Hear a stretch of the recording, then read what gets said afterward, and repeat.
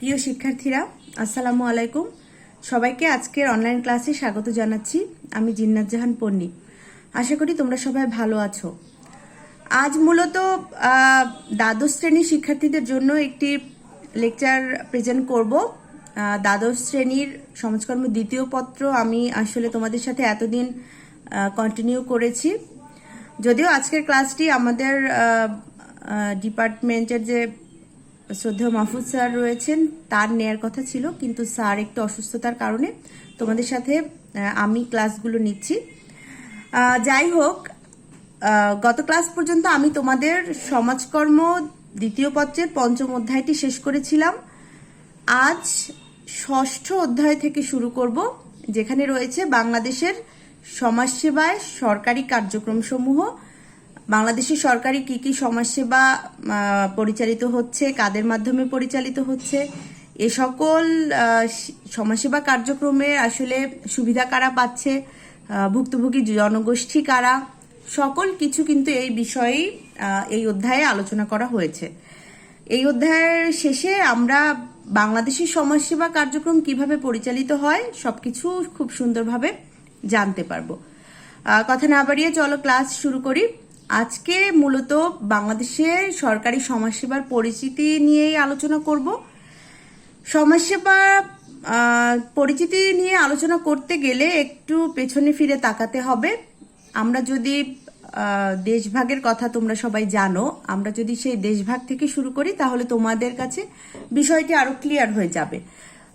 1947 সালে যখন ভারত এবং পাকিস্তান বিভক্ত হয়ে যায়, তখন কি হয়েছিল যে ভারত থেকে যারা মুসলমান সংখ্যাগরিষ্ঠ তারা বর্তমানের যে পাকিস্তান রয়েছে, আমরা পূর্ব পাকিস্তানের নামে তখন যে ছিলাম, এই অংশে চলে এসেছিল এবং বাংলাদেশ থেকে সংখ্যাগরিষ্ঠ যে সকল হিন্দু রয়েছিল তারা কিন্তু ভারতে চলে গিয়েছিল। যার ফলে এই যে রিফিউজি বা উদ্বাস্তুর সংখ্যা কিন্তু বেড়ে গিয়েছিল। সাথে সাথে নানা ধরনের সামাজিক সমস্যা, খাদ্যের অভাব, শিক্ষার অভাব, স্বাস্থ্যের নানা ধরনের জটিলতা, সবকিছু মিলিয়ে খাপ খাওয়ানোর যে একটা প্রথম দিকের ঝামেলা, সেগুলো কিন্তু অ্যারাইজ হয়েছিল। এর ফলে কি হয়েছিল, তৎকালীন যে সরকার জাতিসংঘের কাছে সাহায্য চেয়েছিল, যেন জাতিসংঘের একদল বিশেষজ্ঞ এসে এ সকল সমস্যা কিভাবে সমাধান করা যাবে সে বিষয়ে সুষ্ঠুভাবে কিছুটা জ্ঞান দেয় অথবা কিছুটা সাহায্য করে। এরই ফলশ্রুতিতে 1952 সালে ডক্টর জে.আর. ডামসন, নামটি এখানে দুটি নাম আমি বলবো, একটু মনে রাখার চেষ্টা করবে। আবারও বলছি, ডক্টর জে.আর. ডামসনের নেতৃত্বে একদল জাতিসংঘ উপদেষ্টা এদেশে আগমন করে। এদেশ বলতে আমি তৎকালীন পূর্ব পাকিস্তানকে বোঝাচ্ছি, এখন আমাদের বাংলাদেশ। যাই হোক, এরপরে নানা ধরনের সামাজিক এবং বিভিন্ন ধরনের সমস্যা সমাধানের লক্ষ্যে নানা ধরনের কর্মসূচি গ্রহণের প্রতি কিন্তু তারা বিশেষ গুরুত্ব দিয়েছিলেন, যে সকল বিশেষজ্ঞ বাংলাদেশে এসেছিলেন। 1952 থেকে 58 সাল পর্যন্ত জাতিসংঘ বিশেষজ্ঞ ডক্টর জে.ও.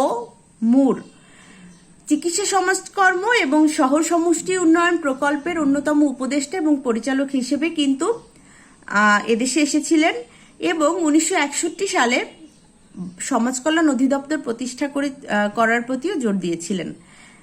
ডক্টর জে মুর কিন্তু বারবার করে চিকিৎসা সমাজকর্ম এবং চিকিৎসা সমাজকর্মীদের কিভাবে গ্রো আপ করতে হবে এই বিষয়গুলো খুব সুন্দর করে উনি বাংলাদেশে যারা আবার বিশেষজ্ঞ ছিল তাদের সাথে কোঅর্ডিনেশনের মাধ্যমে বিষয়গুলোকে বুঝিয়ে দিয়ে গিয়েছিলেন। যাই হোক, বাংলাদেশের সরকারি সমাজসেবা মূলত কয়েকটি প্রতিষ্ঠানের মাধ্যমে পরিচালিত হয়, যার মধ্যে সর্বাগ্রে যে প্রতিষ্ঠানের নাম উল্লেখ করার মতো সেটা হলো সমাজ কল্যাণ মন্ত্রণালয়। সমাজ কল্যাণ মন্ত্রণালয়ের মাধ্যমেই কিন্তু যতগুলো প্রোগ্রাম আছে সেগুলো পরিচালিত হচ্ছে। সমাজ কল্যাণ মন্ত্রণালয়ের কার্যক্রম নিয়ে আলোচনার আগে সমাজ কল্যাণ মন্ত্রণালয় কিভাবে গঠিত হলো সেটি একটু আলোচনা করছি। 1958 সাল পর্যন্ত কিন্তু দেশের সমাজসেবা মূলত পূর্ত মন্ত্রণালয় নামে একটি মন্ত্রণালয়ের আন্ডারে পরিচালিত হতো। এরপর স্বাস্থ্য এবং সমাজ কল্যাণ মন্ত্রণালয় গঠিত হয় 1958 সালে। আস্তে আস্তে করে 1959 সালে স্বাস্থ্য, শ্রম এবং সমাজ কল্যাণ মন্ত্রণালয় নাম ধারণ করে। পরবর্তীতে 1989 সালে অক্টোবর মাসে এই পর্যন্ত স্বাস্থ্য, শ্রম এবং সমাজ কল্যাণ মন্ত্রণালয় নামেই ছিল। 1989 সালের নভেম্বর মাসে এসে সমাজ কল্যাণ মন্ত্রণালয় কিন্তু পৃথক মন্ত্রণালয় হিসেবে মর্যাদা পায়। তখন থেকেই কিন্তু বাংলাদেশের যে সমাজসেবার প্রাতিষ্ঠানিক সরকারি সেবা কর্মসূচি আসলে সূচনা হয়েছিল। যাই হোক, সমাজ কল্যাণ মন্ত্রণালয়ের সাংগঠনিক একটি কাঠামো রয়েছে, তোমরা যদি বইয়ে দেখো তাহলেও বুঝতে পারবে। আমি একটু বলছি, সমাজ কল্যাণ মন্ত্রণালয়ের উপরের ধাপ থেকে নিচ পর্যন্ত আমি যাব। এখানে মন্ত্রী, তার আন্ডারে সচিব, সচিবের আন্ডারে যুগ্ম সচিব এবং এরপরে 3 জন উপসচিব, তারপর সহকারী সচিব 5 জন এবং উপপ্রধান, পরিচালক, সহকারী প্রধান এবং গবেষণা কর্মকর্তা, এই সকলকে মিলিয়েই কিন্তু সমাজ কল্যাণ যে মন্ত্রণালয়ের সাংগঠনিক কাঠামোটি রয়েছে। সমাজ কল্যাণ মন্ত্রণালয়ের নিয়ন্ত্রণাধীন কয়েকটি দপ্তর আবার সমাজ কল্যাণ মন্ত্রণালয়ের যে নীতি রয়েছে সেগুলো বাস্তবায়ন করে। কি কি দপ্তর রয়েছে একটু দেখি চলো। প্রথম যেটি রয়েছে সেটি হলো সমাজসেবা অধিদপ্তর, দ্বিতীয়টি রয়েছে বাংলাদেশের জাতীয় সমাজ কল্যাণ পরিষদ, তৃতীয়টি রয়েছে আল নাহিয়ান ট্রাস্ট এবং চতুর্থ যেটি রয়েছে সেটি হলো জাতীয় প্রতিবন্ধী উন্নয়ন ফাউন্ডেশন। তোমরা মোটামুটি ভাবে সবাই এই সংস্থাগুলোর নাম কিন্তু জানো। রুলস অফ বিজনেস অনুযায়ী সমাজ কল্যাণ মন্ত্রণালয়ের কিছু কার্যাবলী রয়েছে। কি কি কার্যাবলী রয়েছে একটু দেখি চলো। প্রথমত, সমাজ কল্যাণ মন্ত্রণালয়ে জাতীয় নীতি নির্ধারক, অর্থাৎ সমাজ কল্যাণের সাথে যত নীতি রয়েছে সেগুলো কিন্তু সমাজ কল্যাণ মন্ত্রণালয় কর্তৃক প্রণীত হয়, নির্ধারণ হয় বা নির্ধারিত হয়। দ্বিতীয়ত রয়েছে সমাজ কল্যাণ মন্ত্রণালয় অবহেলিত যে সকল জনগোষ্ঠী রয়েছে তাদের উন্নয়নে সহায়তা করে। তৃতীয়ত, জাতীয় সমাজ কল্যাণ পরিষদের যে কার্যাবলী নিয়ন্ত্রণ করে, পরিচালনা করে। চতুর্থত, যে সকল স্বেচ্ছাসেবী অর্গানাইজেশন রয়েছে, বেসরকারি স্বেচ্ছাসেবী অর্গানাইজেশন রয়েছে, তাদের বিভিন্ন ধরনের যে রেজিস্ট্রিকরণের দায়িত্ব কিন্তু এই মন্ত্রণালয়ের। এছাড়াও সমাজসেবা অধিদপ্তরের যাবতীয় কার্যাবলীর কিন্তু সমন্বয় করে সমাজ কল্যাণ মন্ত্রণালয়।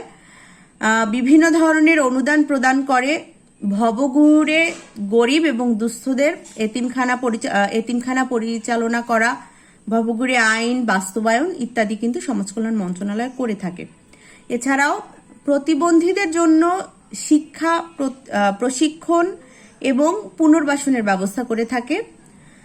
ভিক্ষাবৃত্তি, ভবঘুরে, কিশোর অপরাধ নিয়ে সমাজ কল্যাণ মন্ত্রণালয় কাজ করে থাকে। মুক্তিপ্রাপ্ত কারাবন্দীদের প্রবেশন, প্যারোল এবং মুক্তি উত্তর যে সকল কর্মসূচি রয়েছে সেগুলি নিয়ে সমাজ কল্যাণ মন্ত্রণালয় কাজ করে থাকে। তোমরা প্রায়ই দেখবে যে কিশোর অপরাধের ক্ষেত্রে কিন্তু সমাজ কল্যাণ মন্ত্রণালয়ের বেশ ভূমিকা রয়েছে। কিশোর অপরাধীদের কিন্তু প্রাপ্তবয়স্ক অপরাধীদের থেকে আলাদা করে বিচার করা হয় এবং সেই বিচার করার পরের থেকে বিচার শুরুর থেকে শেষ পর্যন্ত সকল কাজের সঙ্গে কিন্তু সমাজ কল্যাণ মন্ত্রণালয় যুক্ত আছে। এছাড়াও সমাজ কল্যাণ মন্ত্রণালয় নানা ধরনের যে সকল আন্তর্জাতিক যোগাযোগ রয়েছে, চুক্তি রয়েছে, অন্যান্য যে দেশ রয়েছে তাদের সাথে কিন্তু একই সাথে কাজ করে থাকে। সমাজ কল্যাণ মন্ত্রণালয়ের কাজ ব্যাপক এবং বাংলাদেশে মূলত সমাজ কল্যাণ মন্ত্রণালয়ের মাধ্যমেই যাবতীয় সেবাগুলো পরিচালিত হচ্ছে। আরও একটু বিস্তারিত আস্তে আস্তে করে আলোচনা করব, কি কি ভাগে ভাগ করে সমাজ কল্যাণ মন্ত্রণালয় কাজ করে সবকিছু নিয়েই একটু আলোচনা করব। আজকে আরেকটি বিষয় নিয়ে একটু আলোচনা করি, সেটি হলো সমাজ কল্যাণ অধিদপ্তরের পরিচিতি। সমাজ কল্যাণ মন্ত্রণালয়ে কিন্তু এই সমাজ আন্ডারে কিন্তু সমাজ সেবা অধিদপ্তর রয়েছে। এখানে 1954 সালে ঢাকার কয়েকটুলিতে শহর সমাজসেবা উন্নয়ন প্রকল্প চালু হয়েছিল। তখনকার সময়ে গোপীবাগ এবং মোহাম্মদপুরে 2টি এবং অন্যান্য জেলায় আরো 12টি প্রকল্প কিন্তু গ্রহণ করা হয়েছিল। যেখানে ঢাকা মেডিকেল কলেজ হাসপাতালে চিকিৎসা সমাজকর্ম ইউনিটও চালু করা হয়েছিল। পরবর্তীকালে 1974 সালে সমাজসেবা কর্মসূচির বিস্তার এবং ব্যাপকতার ফলে সমাজকল্যাণ এই যে সমাজকল্যাণ পরিদপ্তরকে দপ্তরে উন্নীত করা হয়।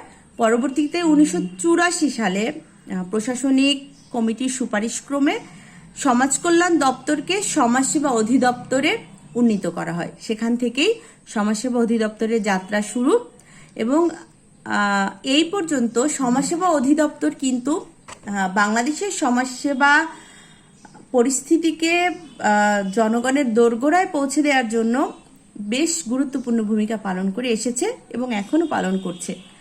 মূলত সমাজসেবা অধিদপ্তরের উদ্দেশ্যগুলো কি সেটি আমাদের একটু জানা দরকার। যারা লক্ষ্যভুক্ত জনগোষ্ঠী রয়েছে, যেমন কর্মক্ষম জনগোষ্ঠী, আত্মকর্মসংস্থান সৃষ্টি, দারিদ্র্য বিমোচনে কিন্তু বিভিন্ন ধরনের বিনিয়োগ সহ নানা ধরনের সুযোগ সুবিধা সৃষ্টি করে এই সমাজসেবা অধিদপ্তর। এছাড়াও লক্ষ্যভুক্ত জনগোষ্ঠীর সাংগঠনিক ব্যবস্থাপনা, কর্মদক্ষতা উন্নয়ন, সংগঠিতকরণ, প্রশিক্ষণ প্রদান, এগুলোও কিন্তু তাদের লক্ষ্য উদ্দেশ্য। এছাড়াও সমাজ কল্যাণ ক্ষেত্রে অবদানের জন্য বিভিন্ন যে বেসরকারি সমাজ কল্যাণ সংস্থা রয়েছে তাদের উন্নয়ন কর্মকাণ্ডেও কিন্তু সমাজসেবা অধিদপ্তর অংশীদার। এতিম, দুস্থ, ভবঘুরে, বিধবা, অসহায় নারী, শিশু, এদেরকে দক্ষ মানব সম্পদে যাতে রূপান্তরিত করা যায়, এই লক্ষ্যে আর্থসামাজিক পুনর্বাসনের জন্য কিন্তু সমাজসেবা মন্ত্রণালয় অধিদপ্তর বেশ গুরুত্বপূর্ণ ভূমিকা পালন করে থাকে।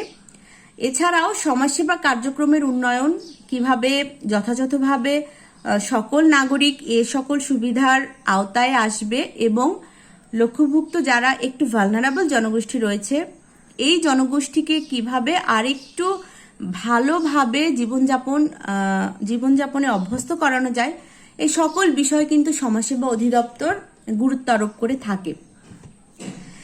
এই অধিদপ্তরের মাধ্যমে আবার বেশ কিছু কর্মসূচি পরিচালিত হয়, যেমন পল্লী সমাজসেবা, RSS কার্যক্রম, RMC কার্যক্রম, UCD কার্যক্রম, বয়স্ক ভাতা কার্যক্রম, বিধবা ভাতা কার্যক্রম, অসচ্ছল প্রতিবন্ধী ভাতা কার্যক্রম, মুক্তিযোদ্ধা ভাতা কার্যক্রম এবং অ্যাসিড দগ্ধ এবং শারীরিক প্রতিবন্ধীদের পুনর্বাসনের ব্যবস্থাও কিন্তু এই সমাজসেবা অধিদপ্তরই করে থাকে। তাহলে তোমরা মোটামুটিভাবে বাংলাদেশে যে সরকারিভাবে যে সকল সমাজসেবা কার্যক্রম পরিচালিত হচ্ছে সেটি কাদের মাধ্যমে হচ্ছে একটু হলেও ধারণা পেয়েছো। এখানে আজকের আমি সমাজসেবা অধিদপ্তর এবং সমাজকল্যাণ মন্ত্রণালয়ের যে কার্যক্রম এবং কারা ভুক্তভোগী জনগোষ্ঠী এই বিষয়টি নিয়ে আলোচনা করলাম। এর পরবর্তী ক্লাসে আমি তোমাদের সাথে RSS বা UCD কার্যক্রম যেগুলো রয়েছে সেগুলো নিয়ে আলোচনা করব। 6ষ্ঠ অধ্যায়ে এগুলো রয়েছে।